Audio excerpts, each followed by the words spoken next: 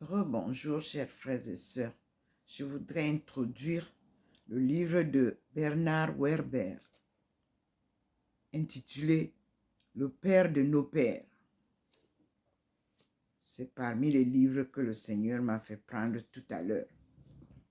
Et j'introduis ce livre, Le Père de nos pères, publié par Albin Michel, est un roman.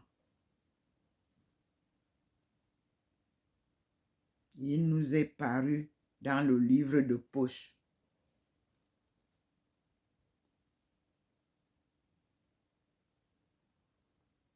Donc, nous allons voir ensemble l'introduction du livre. Il a été édité en 1998 à Barnabé. Première partie, le chaînon manquant. Nous allons comprendre. Donc, l'introduction est la suivante.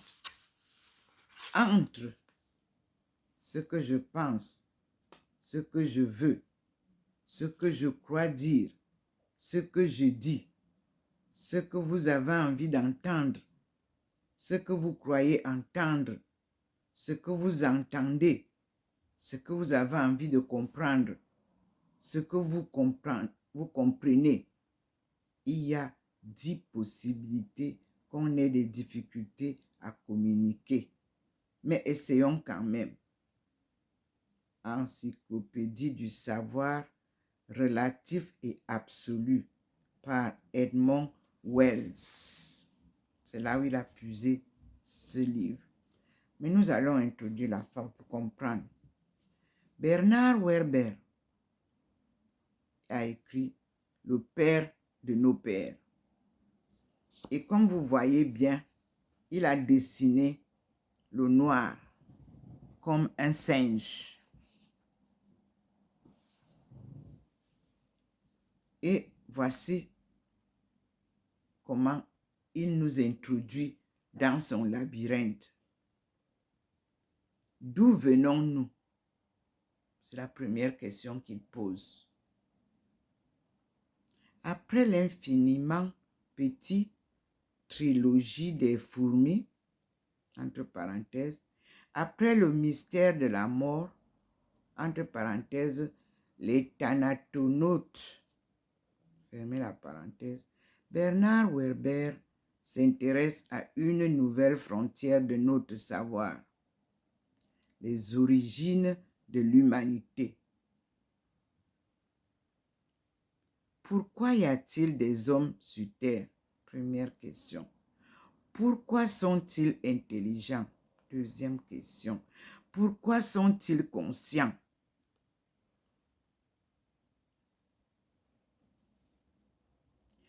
Nous nous retrouvons ainsi plongés il y a 3 millions d'années dans la savane africaine à suivre au jour le jour les aventures du premier humain,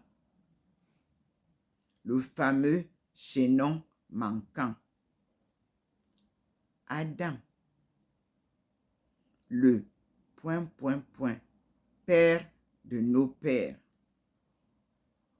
En parallèle de nos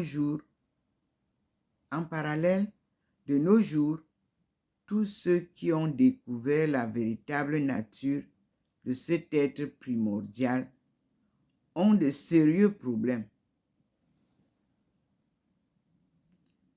Quel est ce secret que personne ne veut voir en face?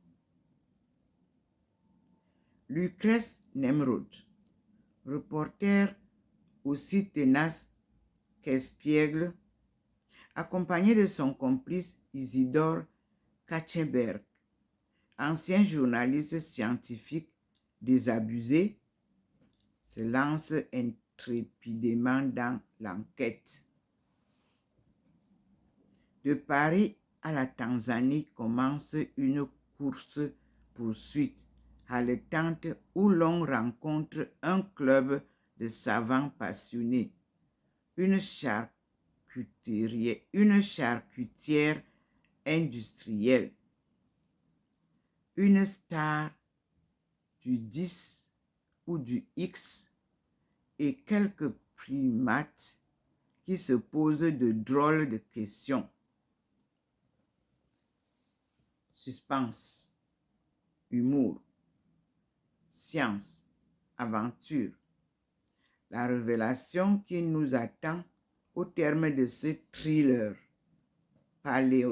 paléontologique pourrait bien changer notre vision du monde. Oui, le Père de nos pères nous éveille entre ce que je pense, ce que je veux dire, ce que je crois dire, ce que je dis, ce que vous avez envie d'entendre, ce que vous croyez entendre, ce que vous entendez, ce que vous avez envie de comprendre, ce que vous comprenez. Il y a 10 possibilités qu'on ait des difficultés à communiquer. Mais essayons quand même, dans cette encyclopédie du savoir relatif et absolu d'Edmond Wells.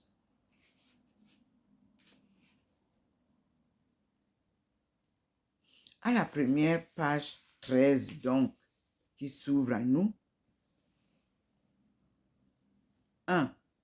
Les 3 questions. Qui sommes-nous? Où allons-nous? D'où venons-nous?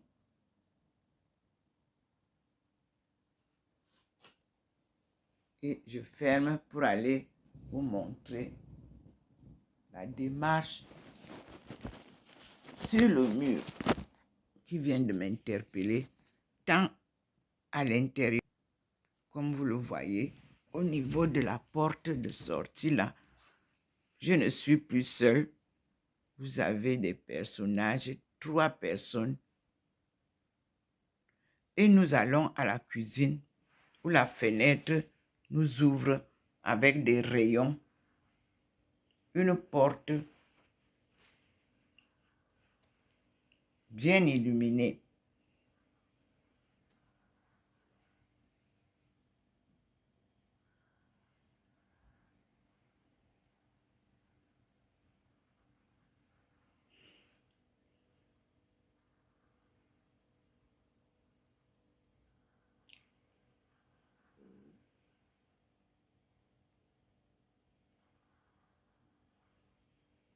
Vous avez vu comment la lumière se réduit et avance avec moi.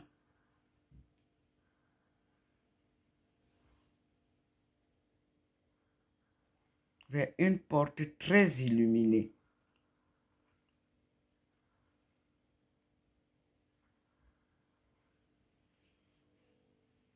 Voici d'où nous viennent ces merveilles. Vous pouvez voir que ça se termine déjà là où je suis là. Les objets d'art n'y sont plus. Mais je suis accompagné d'une personne.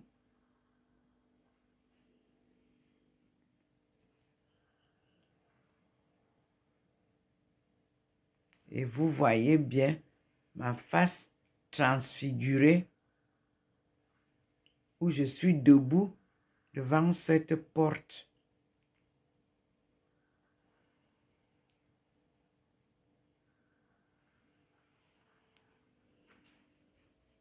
Nous repartons au salon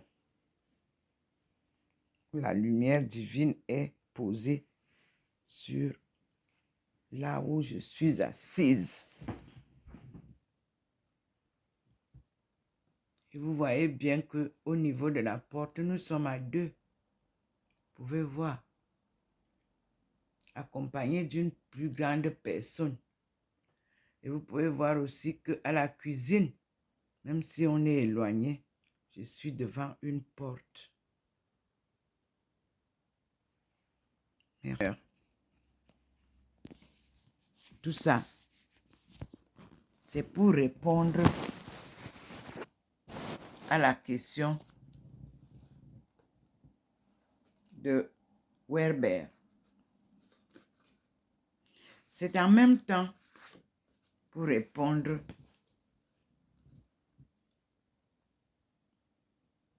à ce que, au cours des millénaires, les hommes ont recherché Dieu d'innombrables façons.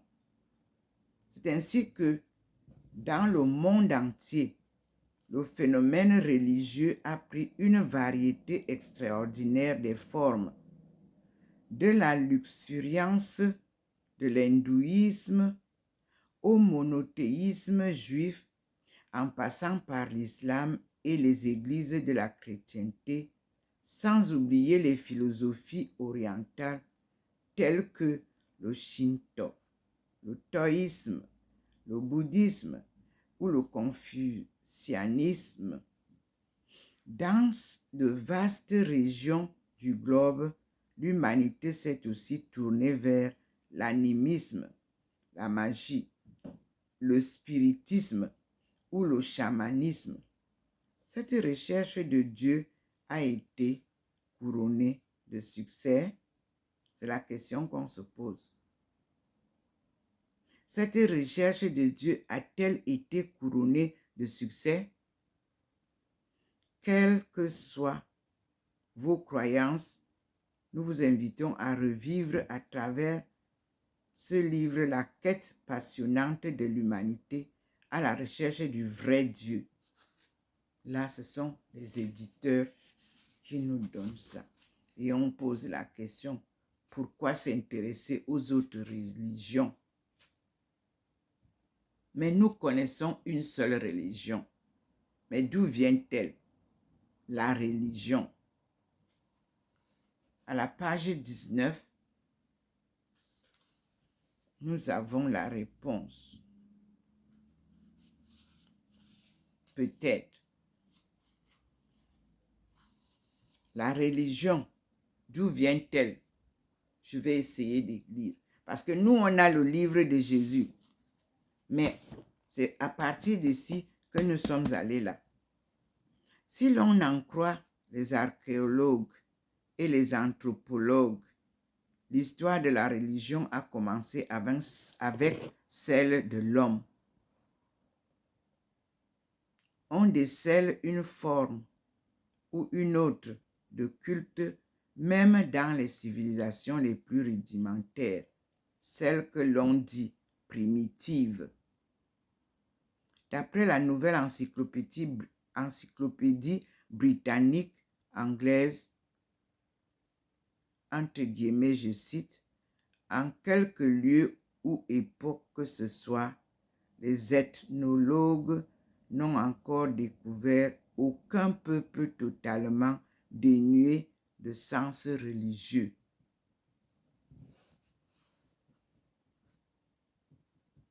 Outre son ancienneté, la religion se caractérise aussi par sa remarquable variété. Des chasseurs de têtes de la jungle bornéenne aux Esquimaux de l'Arctique, en passant par les nomades du Sahara et les habitants des grandes métropoles, il n'est pas de peuple ou de nation qui n'adore un ou plusieurs dieux et ne pratique un culte spécifique. Le phénomène religieux présente une diversité stupéfiante. Plusieurs questions nous viennent tout naturellement à l'esprit. D'où ces nombreuses religions tirent-elles leur origine? Des cultes qui à la fois divergent et se ressemblent ont-ils pris corps séparément ou à partir d'une même source? Au fond, demandera-t-on peut-être pourquoi la religion existe-t-elle? Comment est-elle apparue? Pour tous ceux qui désirent connaître la vérité sur la religion et sur les croyances religieuses, ces questions sont du plus haut intérêt. D'abord, les origines.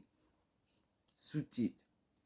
Lorsqu'on évoque l'origine des religions, les gens pensent tout de suite, selon leur confession, à Mohammed ou Bouddha, à Confucius ou encore à Jésus.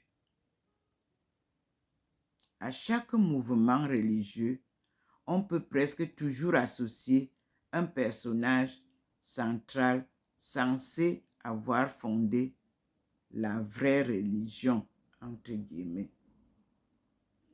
Un réformateur iconoclaste, un philosophe moraliste ou encore un héros populaire et philanthrope. Beaucoup de ces hommes ont laissé derrière eux un enseignement oral ou des écrits qui portaient en germe une religion nouvelle.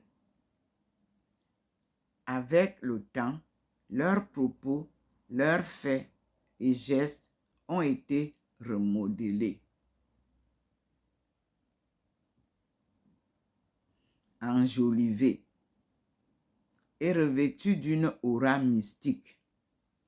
Certains de ces chefs spirituels ont même été divinisés.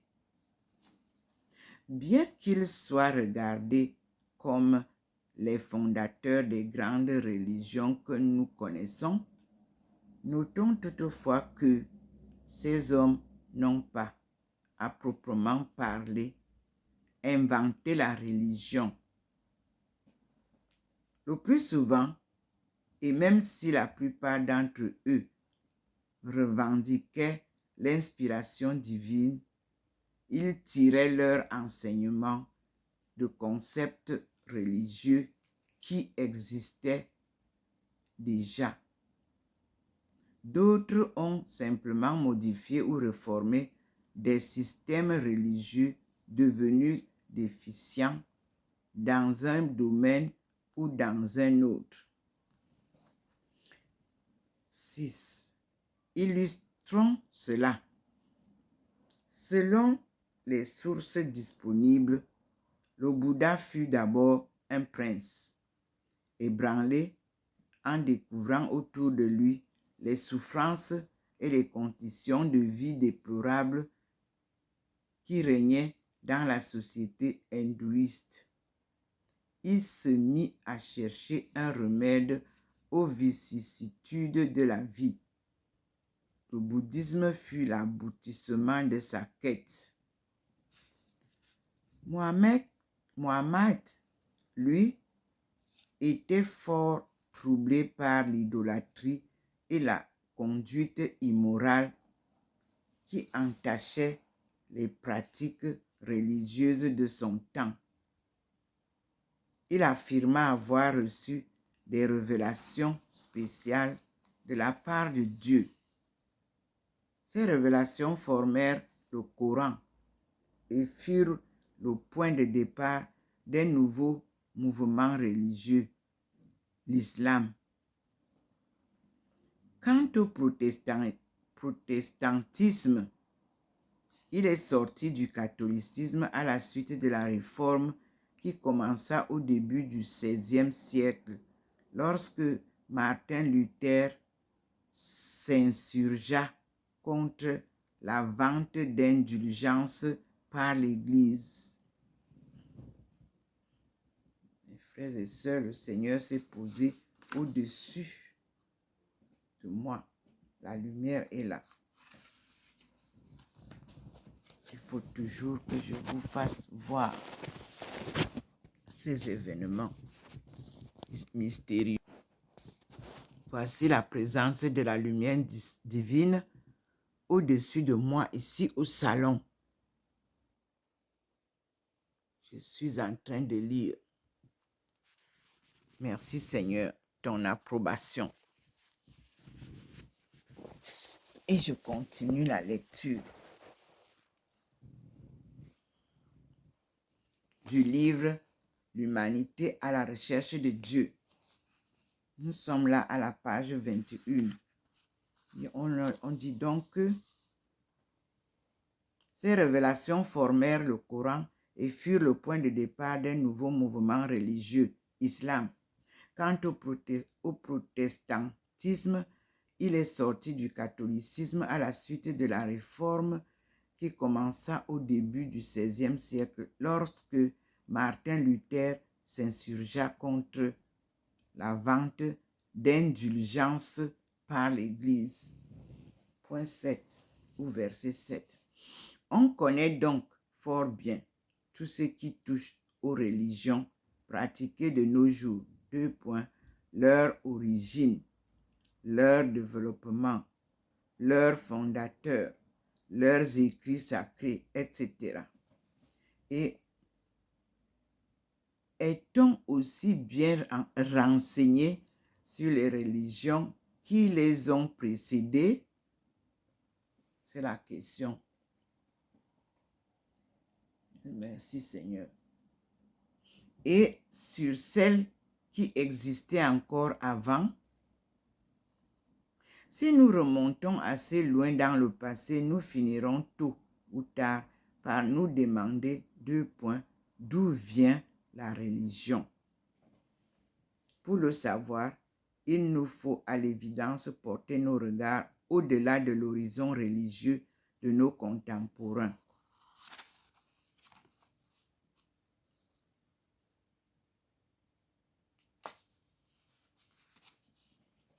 Ici, on nous demande Bouddha, Confucius, Luther et d'autres ont modifié les systèmes religieux qui existaient déjà.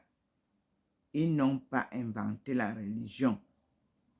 En gros, il y a les photos, c'est ce qu'on nous dit. Maintenant, des théories en quantité. Point 8 nous dit, l'étude de l'origine et du développement des religions est relativement récente. Dans les siècles passés, les gens adoptaient l'ordinaire, les traditions religieuses de l'endroit où ils naissaient et qu'on leur enseignait dès l'enfance. La lumière a intensifié.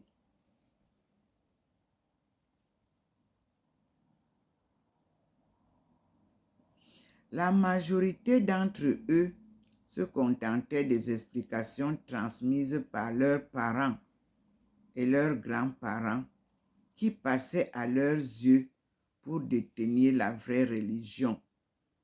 On avait peu de raisons de remettre en cause quoi que ce soit, ni de chercher à savoir quand, comment ou pourquoi la religion avait vu le jour. Ne disposant d'ailleurs que de moyens de communication et de déplacement très limités, bien des gens ne soupçonnaient même pas l'existence de systèmes religieux autres que le leur. Merci Seigneur.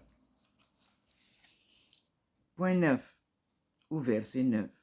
Les choses prirent toutefois une nouvelle tournure au XIXe siècle. Le siècle que remporta la théorie de l'évolution dans les milieux intellectuels et à l'avènement de la recherche scientifique incitèrent beaucoup de gens à mettre en question les systèmes établis, y compris la religion, comprenant que les cultes en place n'offraient pas le meilleur champ d'investigation. Certains chercheurs se mirent à étudier les vestiges de civilisations anciennes ou les sociétés primitives qui existaient encore dans les endroits les plus reculés de la planète. Il est passeur au crible de la psychologie, de la sociologie, de l'anthropologie et espérant découvrir pourquoi et comment la religion était apparue. Nous sommes à la page 22 de l'Humanité à la recherche de Dieu. Point 10. À quoi ces recherches ont-elles abouti? Aussi nombreuses semble-t-il que les chercheurs eux-mêmes, quantité de théories contradictoires virent soudain le jour.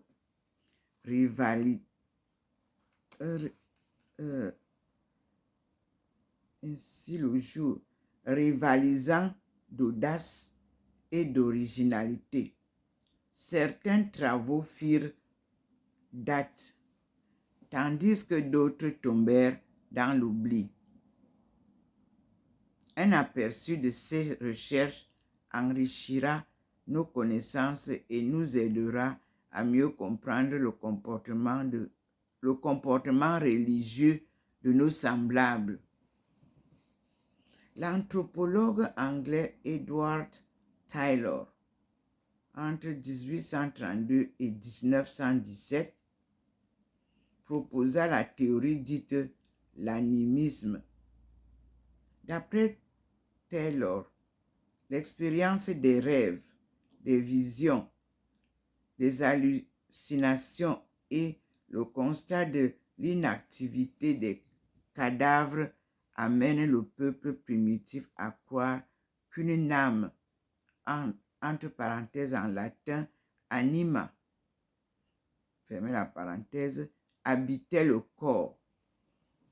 Selon cette théorie, puisque l'on rêve souvent des êtres chers que l'on a perdus, c'est que l'âme survit, qu'elle quitte le corps et qu'en se résidant, et s'en va résider dans les arbres, les rochers, les rivières, etc.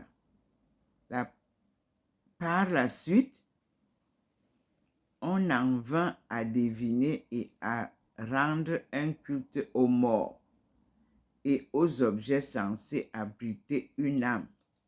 Voilà comment, si l'on en croit Taylor, la religion serait née. Là, il y a un encadrage qui dit « L'avènement de la recherche scientifique et la théorie de l'évolution ont amené beaucoup de gens à mettre la religion en question. » Point 12. Robert Marret, 1866 à 1943, autre anthropologue anglais, affina la théorie de Taylor en avançant le concept de péanimisme. Après avoir étudié les croyances de Mélanésiens des îles du Pacifique et celles des indigènes d'Afrique et d'Amérique, Marret parvint à la conclusion que la notion d'âme individuelle était étrangère au peuple primitif. Ces gens, pensait-il, croyaient plutôt d'une force impersonnelle et surnaturelle. Je reprends. Ces gens, pensait-il, croyaient plutôt qu'une force impersonnelle et surnaturelle animait toutes choses. À son sens, l'effroi,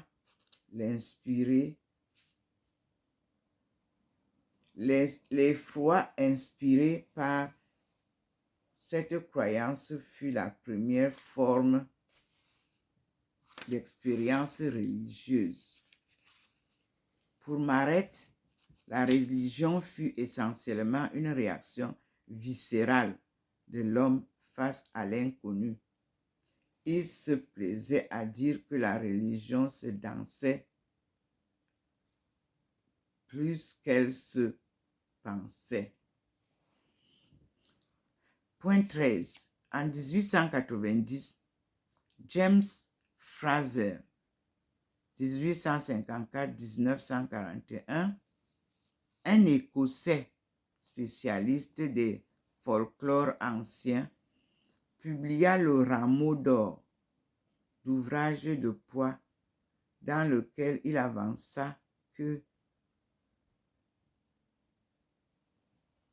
la religion tirait son origine de la magie.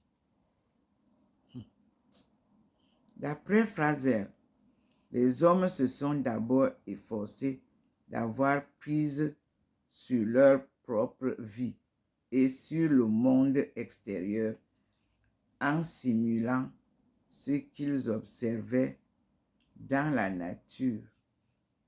Ils s'imaginaient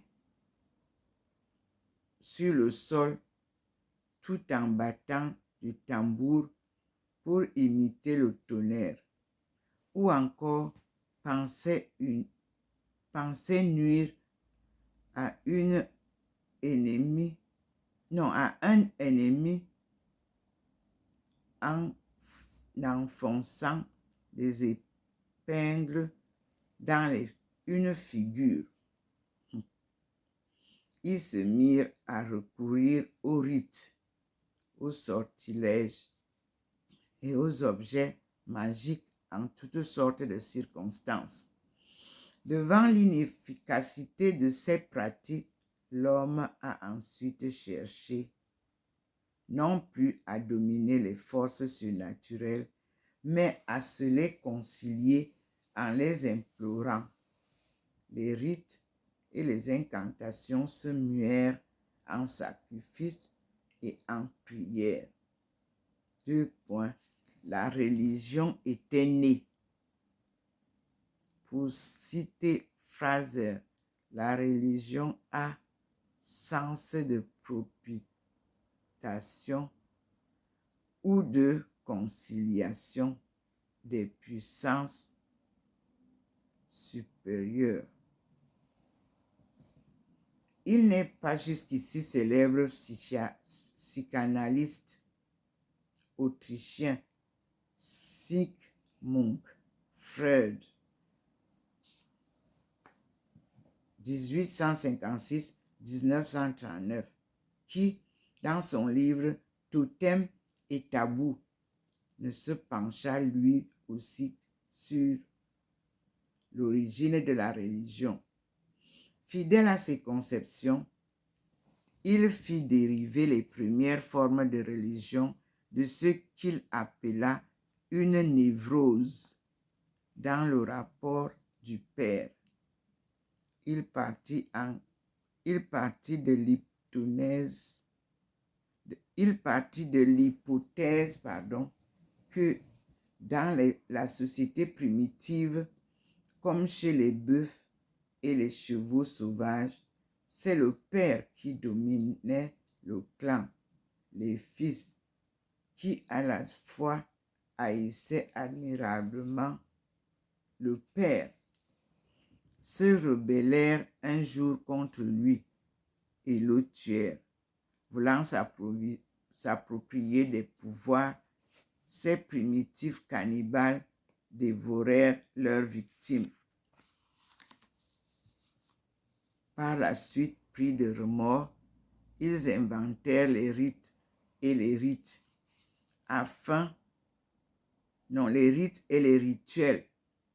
afin d'expier leur meurtre.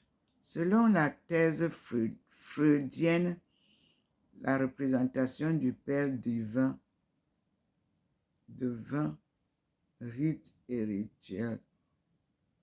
On dit donc que selon la thèse freudienne, la représentation du Père divin Dieu, rite et rituel constituèrent la première forme de religion et l'acte de dévoration du père assassiné trouva son prolongement dans la pratique de la communion qu'observent de nombreuses religions. Bien d'autres théories sur l'origine de la religion pourraient figurer ici. La plupart, cependant, sont tombées dans l'oubli et, pour tout dire, aucune d'elles ne s'est vraiment imposée par sa vraisemblance ou sa solidité. Pourquoi? La raison est simple. L'histoire n'a jamais fourni aucune preuve que leur véracité. Ces théories n'ont été que des constructions intellectuelles, des conjectures éphémères bien vite balayées par les dernières économies en date. Alors nous avons de mauvaises bases. Point 16. Après des années de recherche laborieuse et de l'avis de beaucoup, il est très peu probable qu'une découverte décisive vienne un jour éclairer les origines de la religion. C'est que, d'une part, les ossements et autres vestiges ne nous disent rien sur la façon dont les hommes de l'Antiquité raisonnaient, sur les craintes qui les habitaient, ni sur ce qui les poussait à adorer. Tous les enseignements tirés de ces objets ne sont au mieux que des savantes suppositions.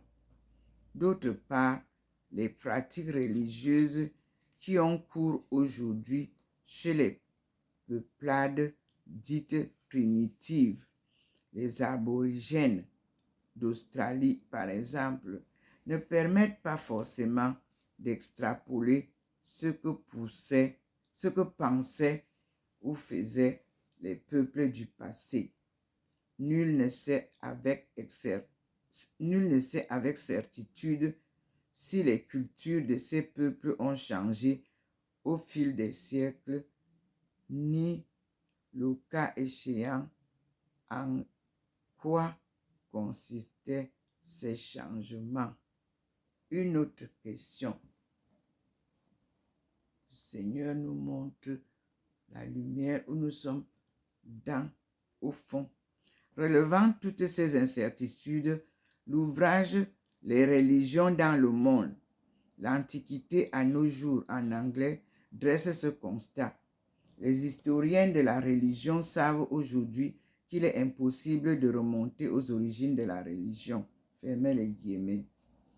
Sur la démarche de ces historiens, on lit cependant, j'ouvre les guillemets, dans le passé, bien trop de théoriciens ne se sont pas tant appliqués à décrire ou à expliquer le phénomène religieux qu'à essayer de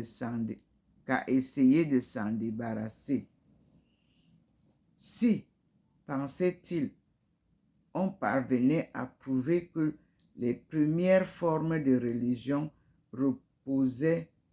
reposent sur des illusions, on ébranlerait du même coup les religions plus élaborées qui leur ont succédé.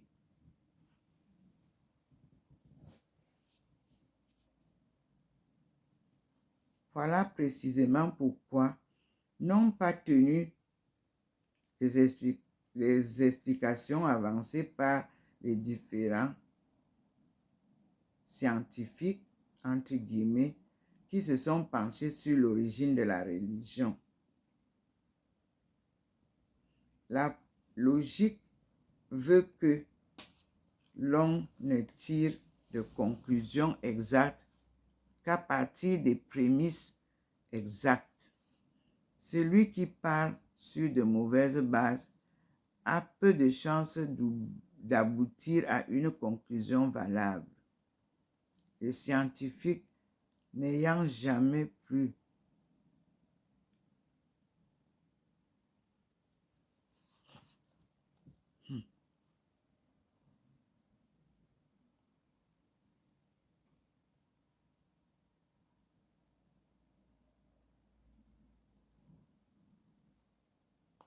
cherchant à tout prix une explication conforme à leur concept tout fait, c'est de Dieu qu'ils ont essayé de se débarrasser.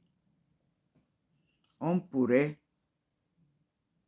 donc on a dit, les scientifiques n'ayant jamais pu expliquer le phénomène religieux de la façon satisfaisante, on est en droit de s'interroger sur la valeur de leurs prémices.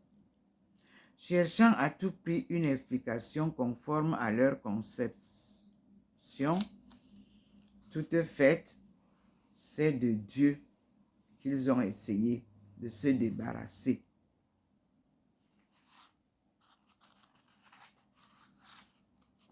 On pourrait rapprocher cette tentative de multiples hypothèses émises par les astronomes avant le XVIe siècle pour expliquer le mouvement des planètes. Si les théories foisonnent, aucun, à vrai dire, ne donnait pleine satisfaction. Pourquoi est la question? Parce qu'elles partaient toutes du principe que la Terre était le centre de l'univers et que c'étaient les étoiles et les planètes qui gravitaient autour d'elle. L'astronomie ne fit que progrès sensible qu'à partir du moment où les scientifiques et l'Église catholique se montrèrent disposés à accepter l'idée que la Terre n'était pas le centre de l'univers, mais qu'elle tournait autour du Soleil, le cœur du système solaire. Voyant que les nombreuses thèses en présence ne rendaient pas compte des faits observés, les chercheurs ouverts aux idées neuves ont préféré revoir leurs hypothèses de travail plutôt que d'élaborer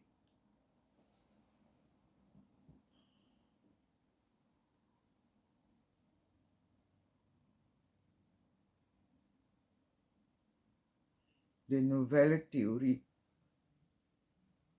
C'est cette démarche-là qui les mena à la solution. Ce principe vaut également pour l'étude des origines de la religion. Gagner à l'athéisme ou à la théorie couramment admise de l'évolution, beaucoup de gens tiennent pour acquis que Dieu n'existe pas. Partant, ils estiment qu'il ne faut pas chercher la raison d'être de la religion ailleurs qu'en l'homme lui-même, dans ses pensées et ses besoins, dans ses peurs et ses névroses, reprenant à leur compte les propos de Voltaire qui déclara un jour: « Si Dieu n'existait pas, il faudrait l'inventer. » Ils soutiennent que Dieu est une invention humaine. Voir l'encadrement, page 28. Nous nous arrêtons là à la page 29 pour faire la pause afin de comprendre que c'est le livre Histoire sainte, Jésus à son temps, qui probablement nous éclairera davantage. Et nous disons merci au Seigneur. Et nous nous arrêtons là.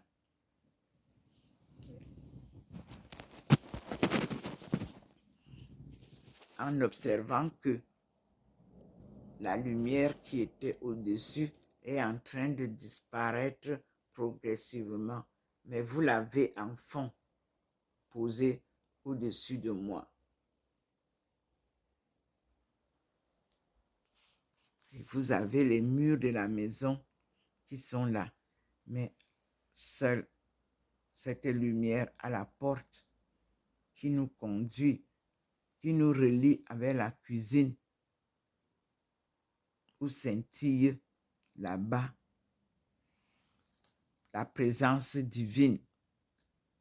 Et cette lumière qui est posée ici, face à l'étagère qui nous donne la Trinité sainte, Dieu le Père, Dieu le Fils et Dieu le Saint-Esprit, nous amène à revoir comment ce que nous venons de faire est entré dans la maison.